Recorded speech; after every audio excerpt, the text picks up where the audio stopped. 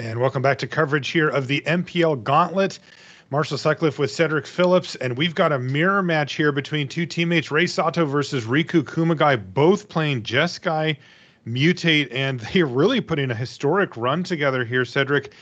Not only is one of their other teammate already taken the first seat that were given away for the World Championship, but one of these two players is going to represent a second seat, and then there's even a situation where all three could claim all three of the seats that we had available today with Mutate.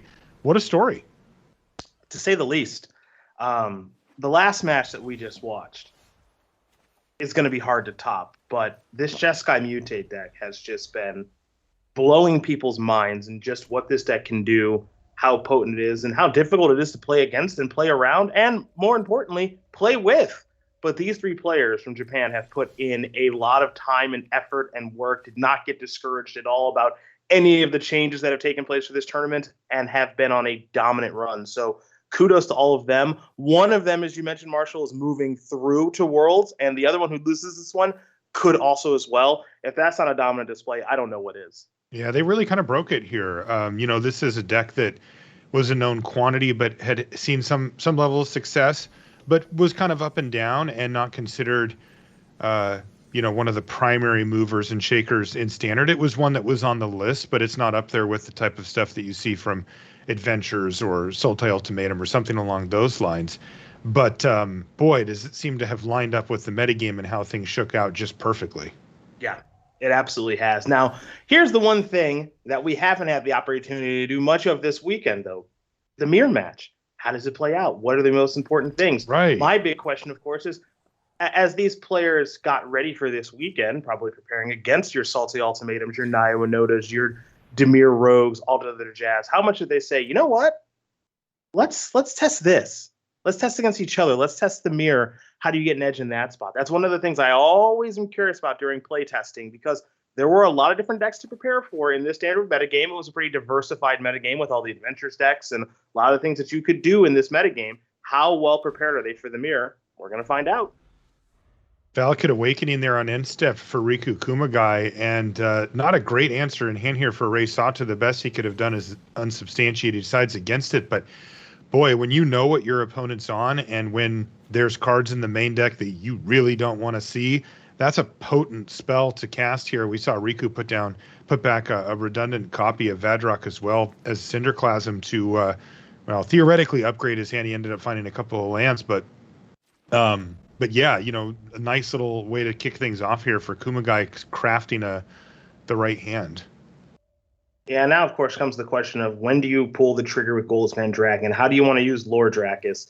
How important is unsubstantiating a matchup like this? When is the best time to cast a card like Seize the Spoils? When your shields feel down? When do they feel up? When is it time to make a move? There's some jockeying for position here with Sato and Kumagai, which, we've watched them play enough, not only this weekend, but in previous tournaments. These are pretty decisive players, emotional for sure. And they give us some good looks into how they feel about how a game is going, but they're normally pretty decisive in their play and what they want to do. And this turn feels anything but for Rei Sato. Yeah, pretty tough. I mean, he could go for Seize the Spoils, but that requires him tapping 3 of his 5 mana here at sorcery speed. It also is a pretty juicy target for a counter spell, as you must discard the spell as part of the cost. And Riku's giving serious thought to firing off Negate here, it looks like. You got to remember there's one Negate for both players in the main deck here. So that's on the top of the mind of Sato of just like, do you actually have the one Negate that we're playing? Maybe yes, maybe no. Looks like the answer maybe yes here for Kumagai. Now the question is, does he actually want to cast the Negate or not? And it looks like he does. So there you go. Yep, there it goes. It's hard to turn down a 2-for-1 on that level. It also leaves Rei Sato, which is 2 mana available total. Though it does seem that both players are content to kind of jockey for position here before kind of going for something big. Let's see if this is the turn for Kumagai. No, he's going to continue to develop his mana just past the turn back. There's a nice one, though. Expressive Iteration here for Sato.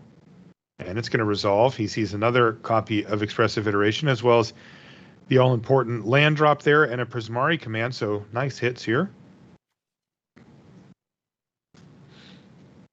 Yeah, this isn't too bad at all. We'll see where each card's going to go. Grip, bottom, and then of course to the side. But what's also interesting in a spot like this too is this expressive iteration does resolve. I know that Mani and Maria talked about it. Just playing against your teammate in a spot like this with a world invitation on the line. You obviously want to win. You hate beating your teammate on the way in, but you're gonna. I mean, this is probably gonna get pretty good and pretty competitive. I know we're kind of at the slow paces of the game right now, but I'm expecting some pretty good back and forth gameplay between these two players. They're both incredible. And it's been a long weekend for everybody, especially these two, with the deep run that they're making with what is a very complicated strategy. So have their minds melted yet? Are they working on fumes? They're both drinking tea. So they are for sure. I noticed that too.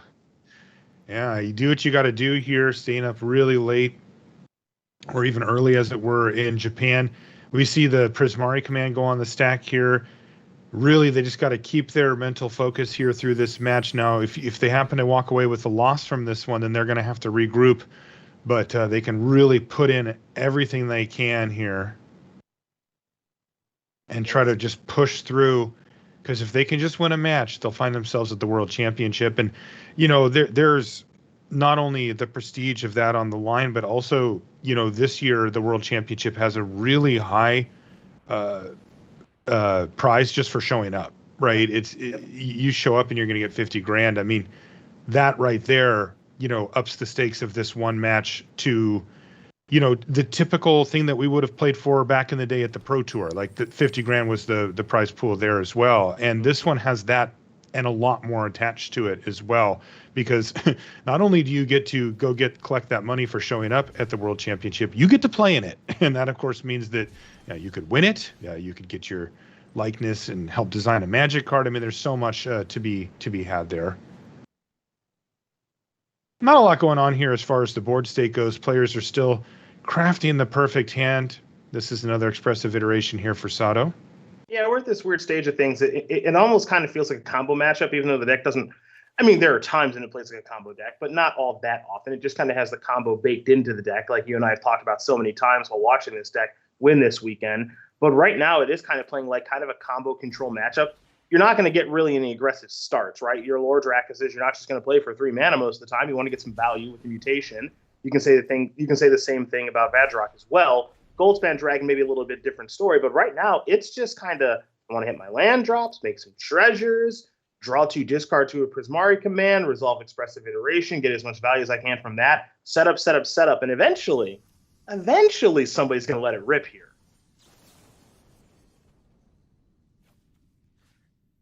All right, another Prismari command. Yeah, and I like this because this is basically, I want to get a little bit more of a mana advantage than you, so I'm going to try to blow up your treasure, create my own treasure, and I want to get ahead on mana. So that's what I mean by we're kind of in a control matchup. We're not exactly in a combo matchup, because if you think of a traditional control mirror, let's say Azorius versus Azorius or Dimir mirror, whatever, look, it's about hitting your first 5, 6, 7 land drops, right? And that's what these players are trying to do with these expressive iterations, these Prismari commands. Prismari command a little bit unorthodox because it's making a treasure, but the point still remains in that it's a mana advantage so that when it is go time, you can play more spells in a turn than your opponent can, and they can't keep up with you when you're trying to do all your stuff. All right, land drops hitting the battlefield as the players once again continue to try to craft the right hand. They've been able to filter away a bunch of the main deck cards that they really don't have any interest in here. Cinderclasms haven't stayed in hand, for example, for our players. And, some of these more conditional flip lands are going to just hit the battlefield as well, like the Spikefield Hazard. Much rather just have an extra mana available. Yeah, those modal double face cards, like you mentioned, Spikefield Hazard, that's going to just be a land for this entire matchup. Maybe there's some corner case where it does show up and is actually played as that 1 damage spell. But I think I agree with you insofar as it's going to be a land more often than not. Okay. Do we have, oh my gosh, would you look at this, Marshall? A creature. A creature going on the stack? I don't even believe you. I know. Well, maybe. All right. There it is. Goldspan Dragon goes on the stack. And let's see what happens here from Riku's side. As you can see, no shortage of Lord Rakkus for Rei Sato. He's got 3 copies of that card in his hand. And, you know, you can see that he's built up the defenses here, right? There's an unsubstantiate, a negate, and an into the royal in hand here for Sato. And we're going to see a bit of a fight. Essence Scatter for Riku Kumagai is going to be met with negate. I'm loving it. This is my kind of game right here. This is like I'm playing StarCraft when I was like 12. My friends and I had a rule: no attacking for an hour. Oh man! So we would play a 3-way StarCraft match, and it's like I'm Terran, one's Protoss, one's Zerg, no attacks for an hour. So we just get to build up everything, and then let it rip. Oh, that's what we've got here. I was going to say, you know, having a big fight for a spell on the stack isn't exactly what I would think of when I think of your style of play, but hey, I get it now. Now I see where you're going. I'm loving it. It's bringing me back to, you know, my adolescence right now. See, here we go. Let's put some spells on the stack. Obviously, Goldspan Dragon is so powerful in a matchup like this, and it's just such a powerful card in general. You can't just let it resolve willy-nilly, so you got to battle over it. And right now, it's back in hand, but a lot of Sato's resources are tapped now, so you would think, can Kumagai take advantage of this? He doesn't have the best hand. He doesn't have a Goldspan Dragon himself, but does have a Vadrock, and that's at least a good place to start. Yeah, you know, Rei could have gone for it, used up his treasure, and used Unsubstantiate and kind of been all in on the Goldspan Dragon, but he would have had nothing to protect himself, and he didn't want to leave the shields quite down that much. Now the issue is being forced, though. Lord Drakus is being mutated onto Vadrock, and that's really going to prompt Rei Sato to have to consider responding here. He's taking a quick look at the graveyard to see, well, if I did let this go, what would you be able to do? And the answer is kind of a lot. So he's going to use Into the Royal here, it looks like, to send Vadrock back to hand. That way the Lord Drakus just kind of lands safely. But no value will be had here as Kumagai says, sure. Vadrock back into hand. Lord Drakus hits the battlefield. Completely tapped out as Rei Sato, so he has to look on for now, and we see Vadrock now going on in the reverse order. Now, this did force him to use up a treasure, but yeah, he does get to ultimately get at least something of a mutate pile going here. And you also know here, too, with Kumagai, basically, I want to make sure my eyes don't deceive me here, basically just tapped out. That means if you're Sato, all right, Goldspan Dragon, let's go. You know, like, let's start doing some pretty crazy stuff now. Oh, yeah, for sure. Green light on the dragon, and he's got some nice action to follow it up with as well with these Lord Drakus. He's got triple. Still, that was a pretty good turn there for Kumagai, but he's left with just the one treasure left over, so it's dragon time. Yeah, and if you're Kumagai, I think you know, given that you're playing the deck, and I mean, you know what happens next, right? It's okay, it's Goldspan. I know it's resolving. I already know you have one because we had this battle over it last turn in which it got added back to your hand via Unsubstantiate. So now we're going to do a little Lord Drakus action. You're kind of hoping that Sato just doesn't have it all in a spot like this, you know, like yeah. I hope you don't have you have Lord Drakus and Vadrock, and you know you can't go crazy with Unsubstantiate and everything else, but you're tapped out. You know, it's all whatever Rei wants to do right now, and Rei can do a whole bunch. It looks like he's going to start by getting back negate, but as you mentioned, he can do quite a bit cycling through these Lord Drakus. It's kind of free. He sacks a treasure for 2, mutates, gets a treasure back. This attack step will also garner him a treasure token.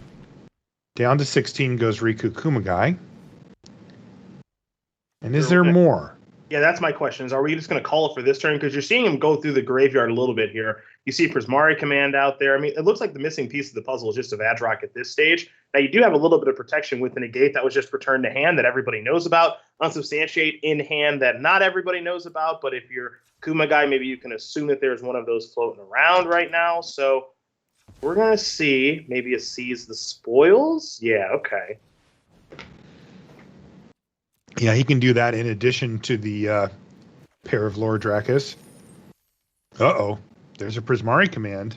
Yeah. Things are getting interesting here. And I think more importantly is we found this. Yeah, there's a Vadrock as well. Uh-oh.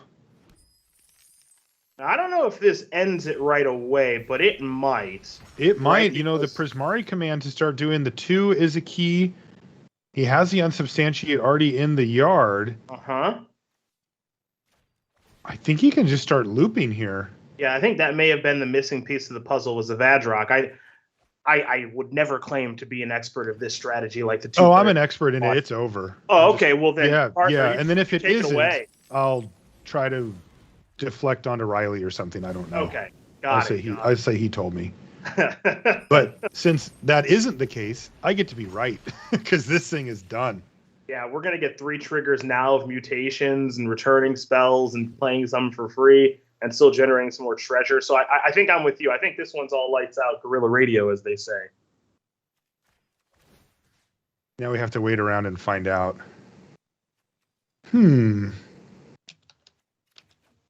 So, like, let's say it's me and you playing right now, right? Ooh, okay. I'm going off. I've got the combo. We're playing for seeded worlds. Yeah. You playing it out? It's me and you specifically? Me and you. No. You're packing it in? Yeah.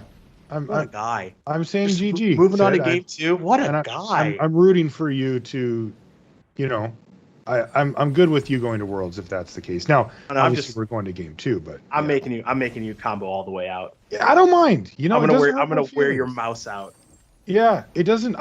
The truth of the matter is that when the game gets to this point, I'm kind of in heaven. You know, I'm kind of like, hey man, if you want to watch me, you know, ding your life total from 16 to 0, like I am more than happy to oblige. Bring it on. You've done it enough times this week, and I'm making you do it one more time. I like it. More treasures. Spikefield Hazard is going to kill that creature. Yeah, we got 4 treasures out there. It is a little interesting that he decided to take out the opposing Vadrock here, right? A little bit. Like, if you could just kill your opponent, maybe. Well, now that we see, okay, so maybe the unsub. I think Kumagai's just going to make his buddy go through the whole thing now. Which, okay. I think that's very reasonable. Yeah. I don't know. It's been a long day. Maybe they make a mistake. Yeah. Never know. That does happen sometimes.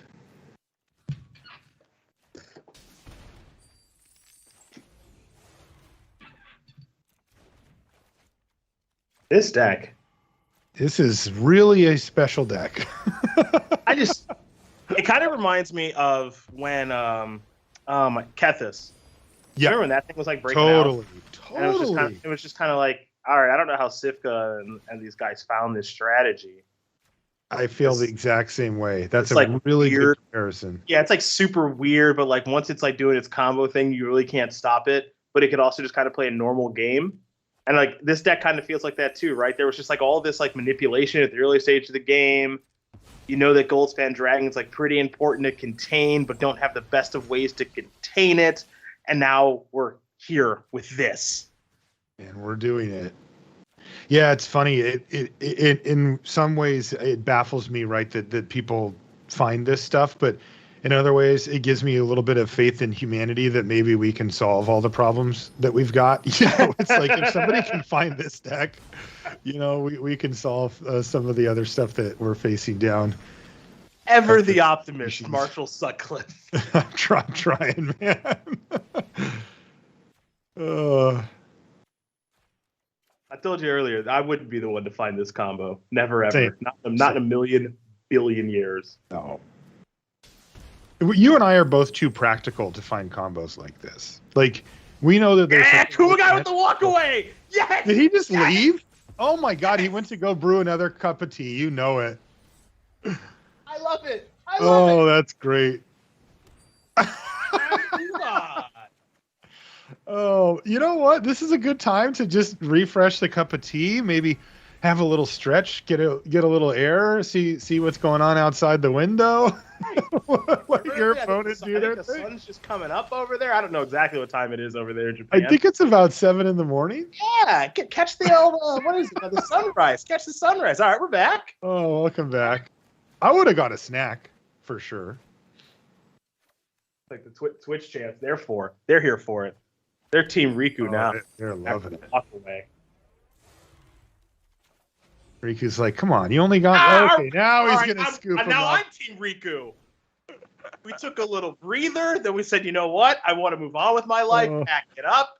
All right. Oh, man. I got to say, Riku really split the difference beautifully there, right? It was like, I get to go grab a snack and I get to make sure that you do know how to do it for sure. Like kind of show me the motions, and then I'm not going to make you go through all the rest of it, though. I love it because you know what this is? This is called establishing dominance. It's like I could have conceded at any point, but I didn't. I made you work for it for a little while, and then I said, you know what? I'm taking control back of the narrative here. So I concede. A true apex predator, Riku Kumagai, but he does find himself down a game now to Rei Sato, and Rei able to string together a chain of treasures and carded recursion to get the job done there in game number 1. And that, of course, means that he has just taken one very large step towards the world championship. He only needs to win this game or the next, and he'll have his seat and all the prizes and everything that we talked about earlier. So, boy, you get that first win, and you got to feel the confidence bump. Riku Kumagai is now saying, okay, this is going to be hard, right? It's not like you've never won 2 games in a row, but you're certainly not a favorite to do so, especially against somebody who's playing as well as Rei Sato is right now. So here we go. All on the line. Saw it coming. It's going to get put into the Fortel zone here as he passes the turn back over to Kumagai, who, of course, gets to be on the play and led things off with Maze Mind Tome. So not the fastest card, but he's going to start getting a bunch of cards off of that thing, and that'll give him a pretty decisive advantage until this happens. Prismari Command goes on the stack here for Sato, who's going to shut off the faucet, as it were, and destroy that Maze Mind Tome while giving himself a treasure token. Yeah, definitely want to get that Maze Mind Tome off the battlefield. That thing can threaten to draw quite literally 4 cards with the activated ability, because you're not really going to be all that interested in scrying. You just want to draw cards, build up card density as opposed to card selection. So getting that off the battlefield is ideal. And if you can get a little bit of a mana advantage or keep yourself at mana parity by creating a treasure, you're going to definitely want to do that. So that play makes a lot of sense there from Sato. And again, as we saw in the first game, I imagine that this is going to be about just hitting your land drops, sculpting. Maze Mind Tome, is a fantastic way to go about sculpting. But that's off the battlefield right now, though it looks like Kumagai has found a second copy of the artifact. He has, yeah. He decided to leave it up last turn. Or has he? Yeah, he's going to go for expressive iteration here. The obvious implication being, I'd like to hit some land drops, please. And he does, in fact, do so. Nice little iteration here. You can put a Lord Dracus into his hand. Play a land off of it. Oh, I lied. He actually put a land into his hand and played a land off of it. So those land drops really the priority here for Riku Kumagai. Even with another iteration in his hand, he's like, I just want to guarantee that I keep hitting these land drops. Extremely, extremely important. Again, it's weird because it kind of plays like a control matchup until, as we saw in the last game, it doesn't. Right? Then it plays like something, it kind of plays like a combo matchup, but there's all this kind of huge building towards one big turn, and the other player maybe gets the opportunity to big turn, and then Sato had the final big turn and the game ended. So land drops are going to be the key, sculpting your hand for, the combo pieces, in quotes, of Goldspan Dragon plus the mutate stuff. But it gets a little different after sideboard because of the additional counter spells that both players get access to. Right, for sure. And you can see that even just between these two players, they both have at least one copy of Saw It Coming in Fortel. And in fact, in Rei's case, he's got 2 of them.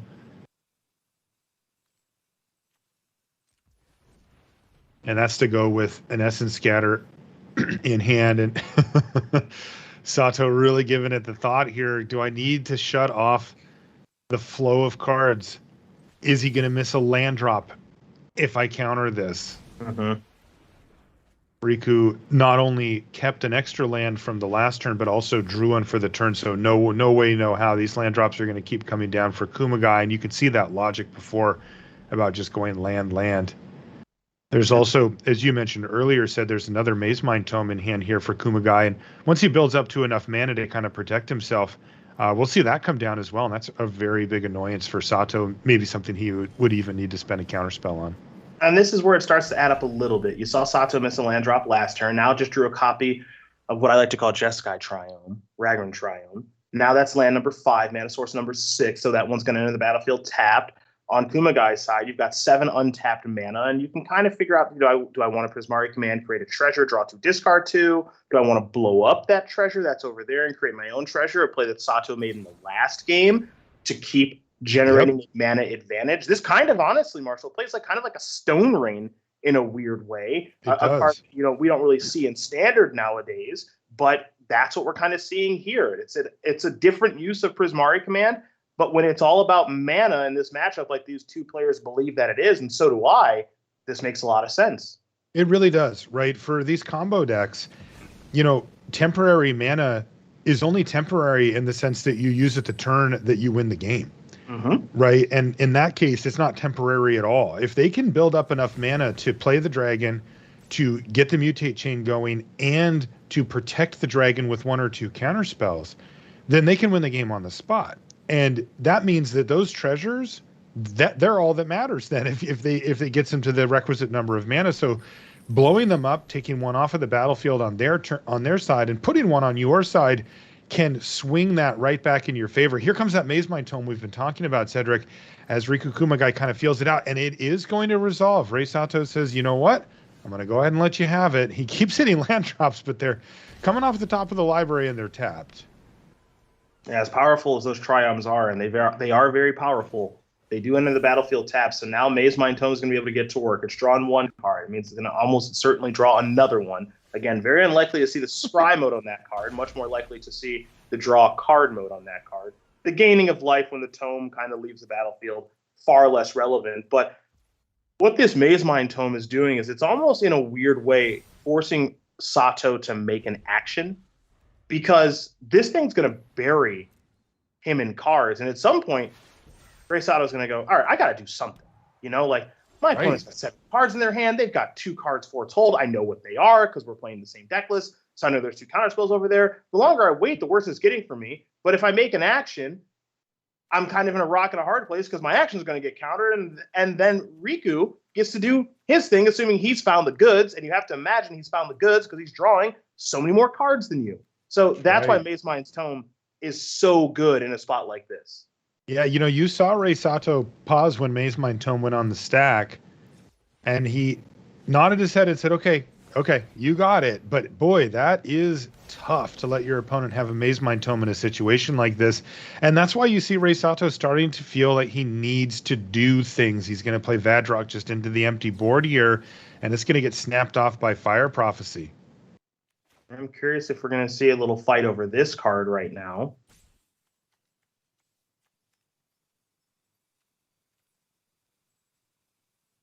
I feel like Sato's just going to let it go. Let's see if he does decide to fight, though. He has 4 mana left over, so he can cast 2 of these spells. Saw it coming, Essence Scatter, Unsubstantiate, and then technically Fire Prophecy is also a card he could throw into the mix, and he is just going to let it go. So there's Fire Prophecy. It's going to get rid of potentially a land there, but it was replaced immediately with the land as well. And there's Mazemind Tome replacing it. And a Lord Drakus into hand. The Mazemind Tome is doing sick work here. He's already drawn 3 cards off of it. Yeah, you'd love your card quality to be a little bit higher with what you're drawing with the Mazemind Tome, but at the end of the day, again, you're just getting through your deck. You're just adding cards to your hand. Card density as opposed to card selection. If you cared about selection, you'd be scrying, but you care about just resources in your hand and lancing the battlefield and everything else. So you're caring more about density in that regard. So again, Mazemind Tome doing some very, very nice work here through the late stages of the mid game as we're working ourselves into the late game, which is a place that this Jeskai Mutate deck isn't into all that often. I think it likes to win games at the deep stages of the mid game. But with there not being a traditional control deck in the format nowadays, this is kind of your control deck of the format. But as we've mentioned many times, it's kind of just got that combo finish. Stacked hands for both players. Yeah, but only 5 cards in hand for Riku. Go ahead, Cedric. So only one of them can play like a ton of spells in one turn, right? That's Riku. Right. Yeah, you see 7 spells in hand here for Sato. Kumagai has 6 and 2 cards on the Foretell Zone as well. I'll remind you, if you're just joining us, the winner of this match is going to go to the World Championship. The loser, not quite out yet, though. Rei Sato picked up game 1 by comboing off on Riku Kumagai, and now Kumagai's trying to even things up. He does have some significant advantages here, namely with mana that he's been able to accrue after having drawn a bunch of extra cards, but neither player has really made a big move yet. There's been no Goldspan Dragon attacking or anything like that. There's been no combo attempts just yet. Players just kind of sitting pretty right now. I think if you're Sato, you look at your hand with those gold spans and you say, okay, I've got some key cards that are quite good, and I just need to hit some more land drops. I think he's run off 3 lands in a row right now, so he is kind of catching up. He's also doing the count. Now, it is worth noting, it is game 2, Marshall, but Rei Sato's clock is going to work itself into the equation now as he's underneath 12 minutes. Good eye, said. Yeah, I see that. Okay, so that's a note we'll take right now. It may not be relevant, but the first game went quite a while. You know what I'm thinking about, Cedric? I'm thinking about that conversation you and I had. Make him do it type thing. I mean, yeah. You probably could have got another minute or 30 2. seconds or a minute out of Rei Sato. Yep. We'll see if that ends up being relevant later on. Sajiri Shelter off the top here for Kumagai. And it looks like he's thinking about finally kind of testing the waters here with a Vadrock. Okay, we're going to make a move, huh? Now remember, those 2 cops that saw it coming in the foretell zone, they're just hanging out. I mean, that is proactive permission right now, right? You can use that to clear. If your opponent's going to interact with you, you can battle back with those. Right. Kumagai's been very patient setting up for this. We see Fire Prophecy get hit by Negate now. And look at the options here for Sato. He's kind of down to not that much interaction. There's an Unsubstantiate, an Essence Scatter, and then that Saw It coming that he's got. But we know that Kumagai has that double covered with the 2 copies of Saw It coming. He can win any of these counterfights. Now, the question is how hard does Kumagai want to fight on these counterfights, right? Because let's say you do all this stuff, counter. Okay, I'm out of mana. Okay, untap if I'm Rei Sato. All right, I'll play a Goldspan.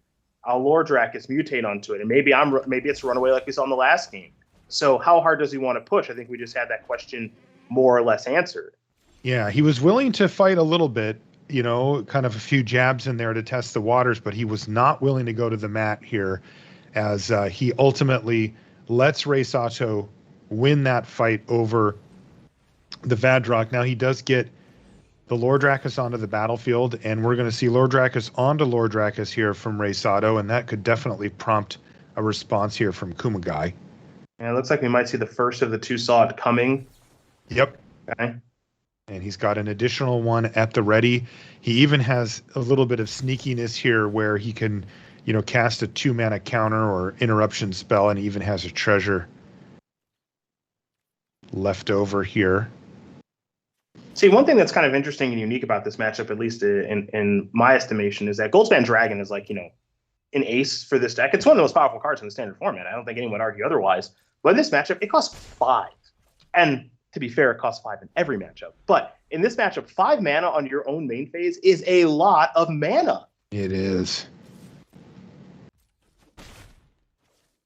Okay, so I guess what it's come down to is Lordrakis is fighting against each other. Okay. And there's a Vadrock. Once again, Riku Kumagai knocking at the door and kind of forcing Rei Sato to react to him. Is this worth fighting over? It looks like Sato has 5 mana available, 3 of which are blue. So Mystical Dispute, not at its best just yet. Right.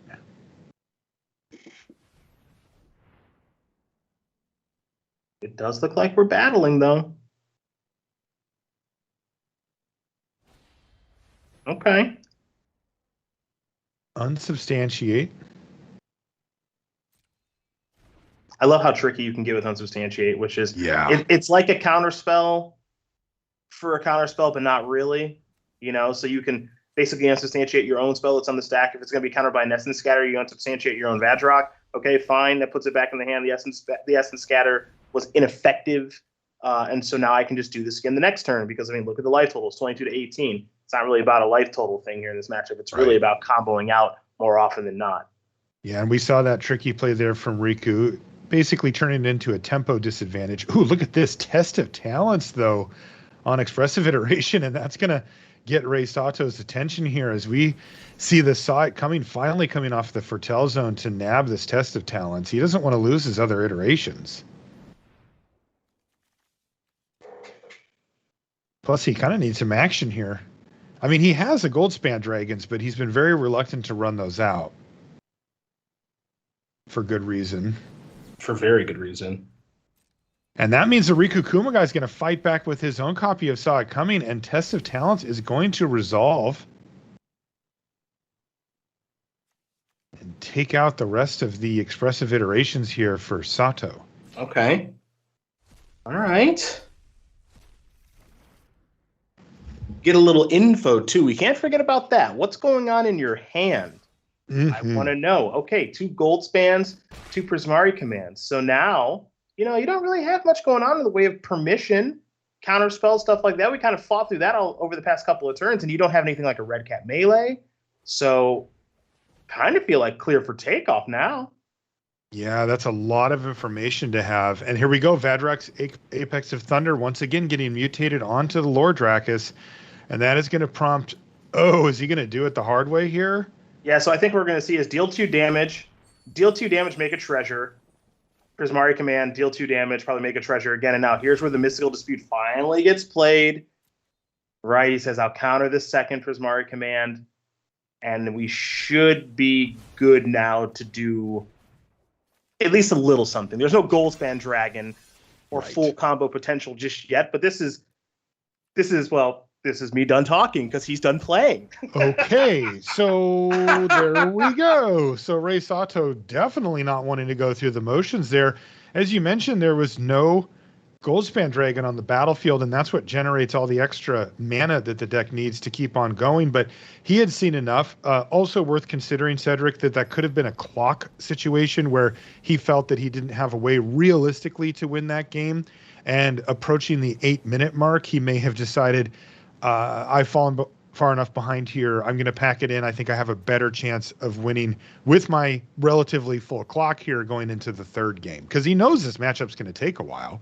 Yeah, and that is a thing that you have to take into account. Not only are you playing against a great opponent on the other side of the table, a teammate in Riku Kuma Guy, all that good stuff, but also, your clock is now part of the equation. We're at 8:15 and counting here for game number 3. So away we go. Wow.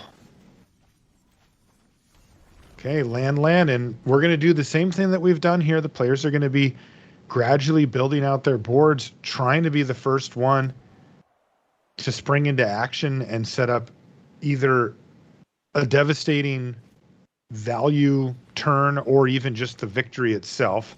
And there's a good start there for Kumagai by kicking things off with Maze Mind Tome. And as it stands right now, it's going to stay on the battlefield, so he's at least going to get 1 card back out of it. That's a big game. Finding a couple of lands off Expressive Iteration is a big game as well there for Rei Sato. So as we've talked about numerous times, those land drops are very, very important, and he was able to find not 1 but 2 as he added an island to the hand as well. So next couple of land drops are taken care of. Big deal there. Okay, that's right. But right now, it looks like he's more interested in Expressive Iteration. Now, if he's going to play the land, maybe it is going to be the Tome. Yeah, he's changed his mind and went for the Maze Mind Tome since he was going to hit his land drop this turn anyway.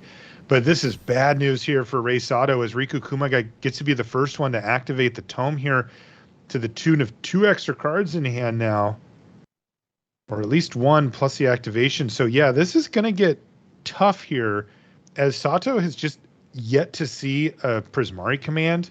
And that's kind of your cleanest answer. You get to test the waters with Maze Mind Tome and say, do you have it? Because if you do, you kind of need to use half of it to blow this thing up. But if you don't, then I get to just draw a bunch of extra cards. And as it turns out, neither player has seen a Prismari command just yet. Looks like now Sato on the upkeep is going to activate this tome for a scry. That is technically a land. Yeah, I He think you almost got to put it just on the bottom. take it. Yeah, I mean, it's unlikely that your opponent's going to do anything crazy here that a tap land would punish you so hard for, so he's just going to go for it. He has an insurance plan here as well. Saw it coming, he's going to go to foretell, and he has the mana left over to cast it if he really needs to, so Kumagai can't just run rampant on him with a dragon or something like that. Mm-hmm. Now, Kumagai decided not to use the tome this time. Yeah, because he's already full up. He's full up, and he knows that the cards could be important down the line, so he's not even going to use it to scry. Yeah, that's what I was going to say too. He doesn't even want to waste it on scrying, because that's essentially right now, if you scry with Maze Mind Tome, it's just a waste of a counter because you don't even know what you're looking for, right? Right. If I see Goldspan Dragon on the top of my deck, am I taking that? I don't know. Maybe, maybe not. If I see Prismari Command, sure, I'll probably take that to blow up a Maze Mind Tome, but you could also make the argument of like, whatever, just get your other 2 cards off your tome. It's fine, move on. So I like the fact that he's not scrying right now at all with the Maze Mind Tome, because I don't think he has any idea what he is actually looking for at this exact moment in time. Yeah, it makes perfect sense. Now we're going to see Expressive Iteration here from Rei, who's got 2 copies of Saw It coming in foretell, but he really just wanted to make sure to hit his land drop here. This gives him some flexibility. He can use the Maze Mind Tome on Kumagai's turn while keeping up his stuff and give himself a chance to hit that next land drop. But seeing 3 cards with Iteration, gives you a really good chance to hit a land drop versus just 1 with Tome can get kind of risky. Yep. Both of them have tomes on 3. Life totals, generally speaking, aren't the name of the game in this matchup. If one player gets to combo off, then they're effectively irrelevant. Sometimes it does come down to some hits from a dragon or some type of a race, but that's actually quite rare.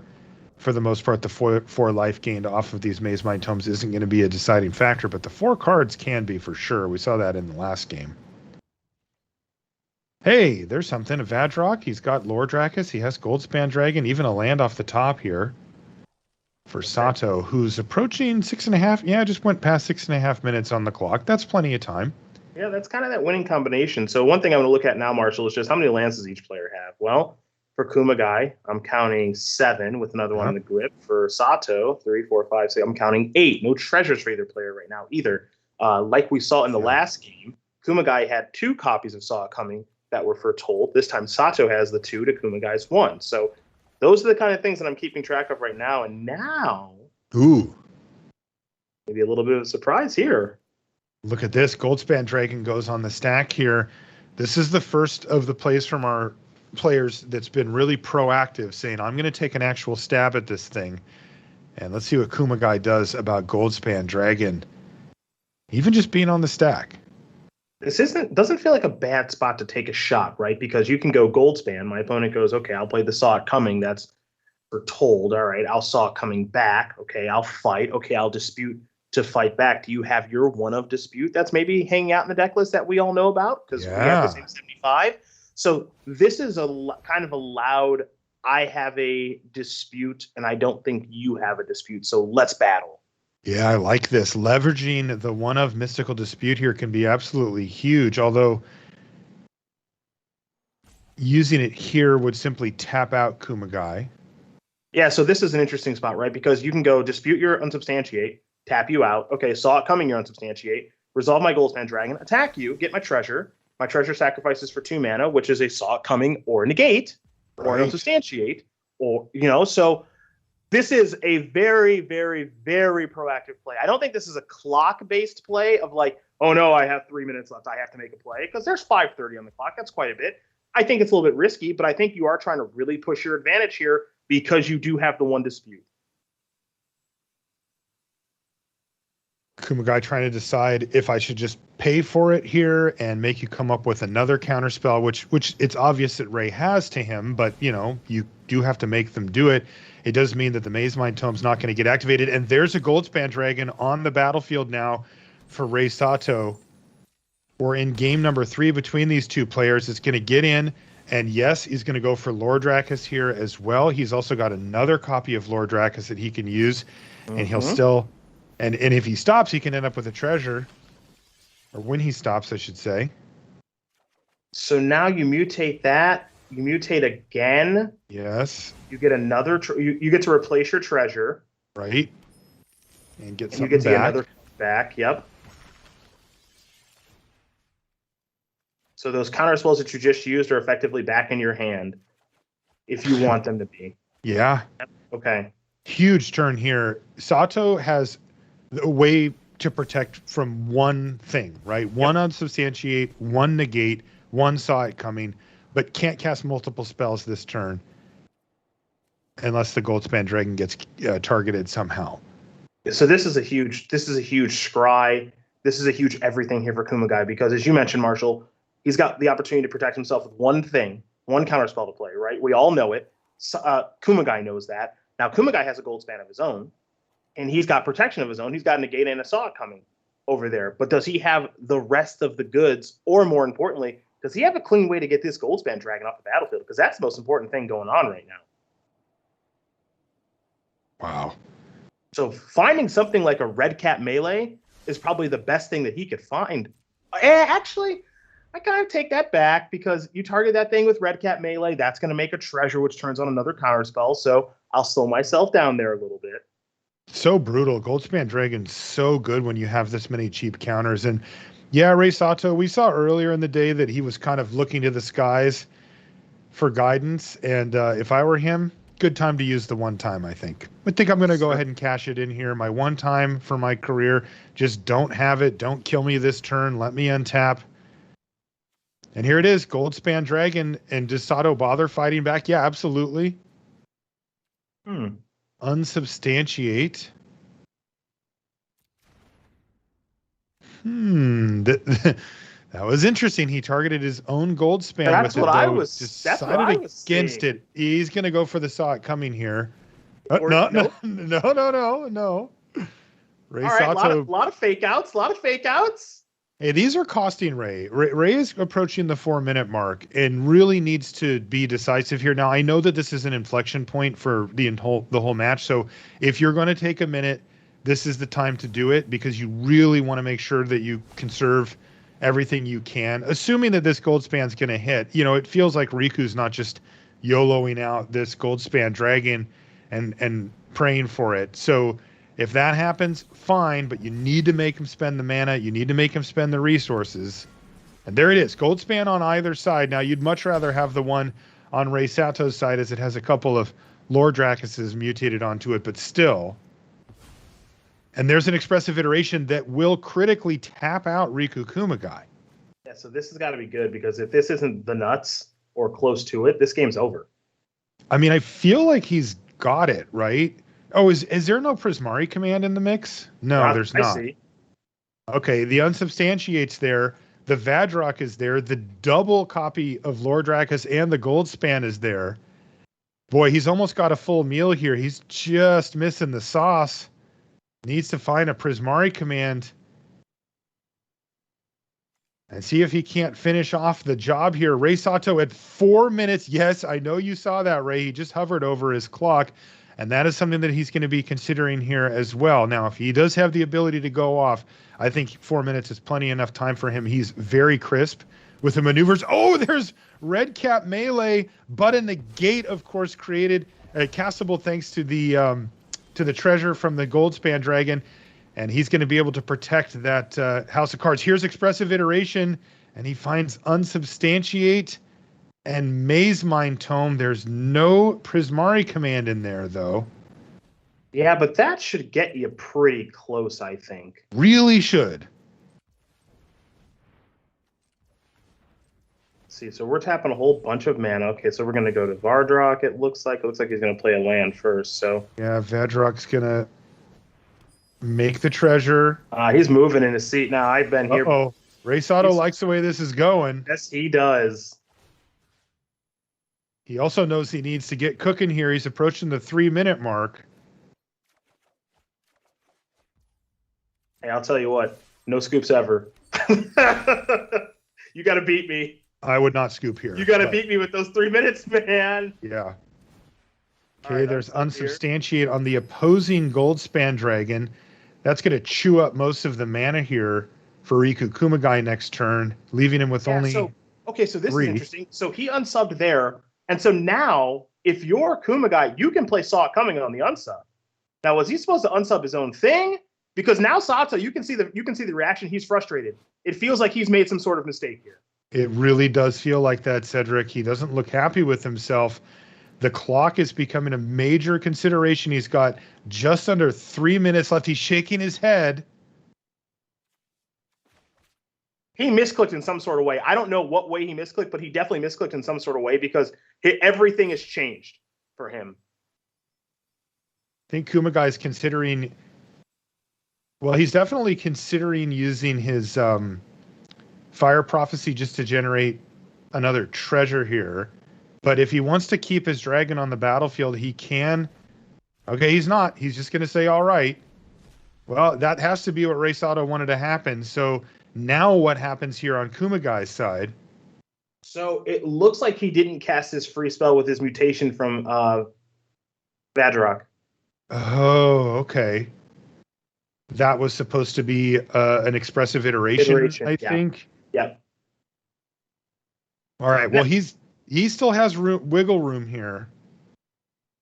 I don't think it's the end all be all. Obviously, you and I and everybody else, we love a good free spell as much as the next person. So don't love passing up on that. But misclicks do happen. Play on.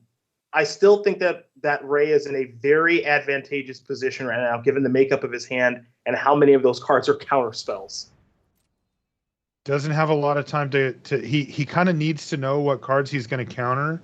Yes. Now, like not wait for it to go on the stack, but go if it's anything but this or this, then I'm not countering it and it's going to resolve. Yep. Because his clock is at 2 minutes 47 seconds. Kumagai, by the way, has slipped under the 7-minute mark, so a significant lead, but there is a world where he needs to combo off to win as well. And once again, we'll just keep our eye on that. There's Fire Prophecy, and you can see in hand here for Kumagai that he does have a copy of Prismari Command, which he could use to potentially finish off the dragon. And that might be what he's thinking here. It's kind of interesting. You let this Fire Prophecy resolve, then it turns on a cheap option like Spikefield Hazard to finish this off. Right? So there you go. There's that Spikefield Hazard. Good call said. Now that's going to demand some type of answer here. Oh boy, I'm getting really nervous about this clock situation. So am I. Yep, yeah, so he's firing off unsubstantiate on his own Goldspan dragon. Now it looks like there may be a response here from Kumagai. No, there will not be. So that's going to put Vadrak double Lordrakis and the dragon back into hand here for Sato, but this is starting to get very sketchy because and there's a Prismari command too, but he needs to do so much stuff. Can he actually do it to get the job done through anything that Riku Kumagai has access to as well? Remember, he's got a hard counter floating over there in the Foretell zone as well. He's got Saw It Coming. Oh god, this makes me so nervous. Okay, so there's your counter spell. Obviously, you're going to get a counter back. There's a dispute. Okay. Dispute. Only 2 mana left over here for Kumagai. So we have the dragon on the battlefield. It's going to attack. He has tons of mana off of this treasure. And now we're going to see some real actions per minute go here for Rei Sato because he does not have a lot of wiggle room. He's got 2 minutes to go. And I think he has all the tools to get the job done here. Yep, I think he's got Vadrak, he's got Lordrakis, he's got Prismari Command, he has access to Unsubstantiate in the graveyard. So those are the 5 cards, right? So he's got plenty of mana, doesn't have to worry about. I think he can do it. I think he should have enough time to do it. It's going to be very close. His clock's running this whole entire time. Yep. But he knows this deck inside and out, and he only needs to do it for 4 more times to get this thing dead. He's at 1 minute and 30 seconds. He should have enough time to do it, but oh my god, my heart is pounding. Okay. And it looks like Riku Kumagai is going to be the nice one here and scoop it up. That puts Rei Sato into the World Championship. You can see by the look on his face that wasn't the cleanest win for him, but he will certainly take it over his teammate Riku Kumagai.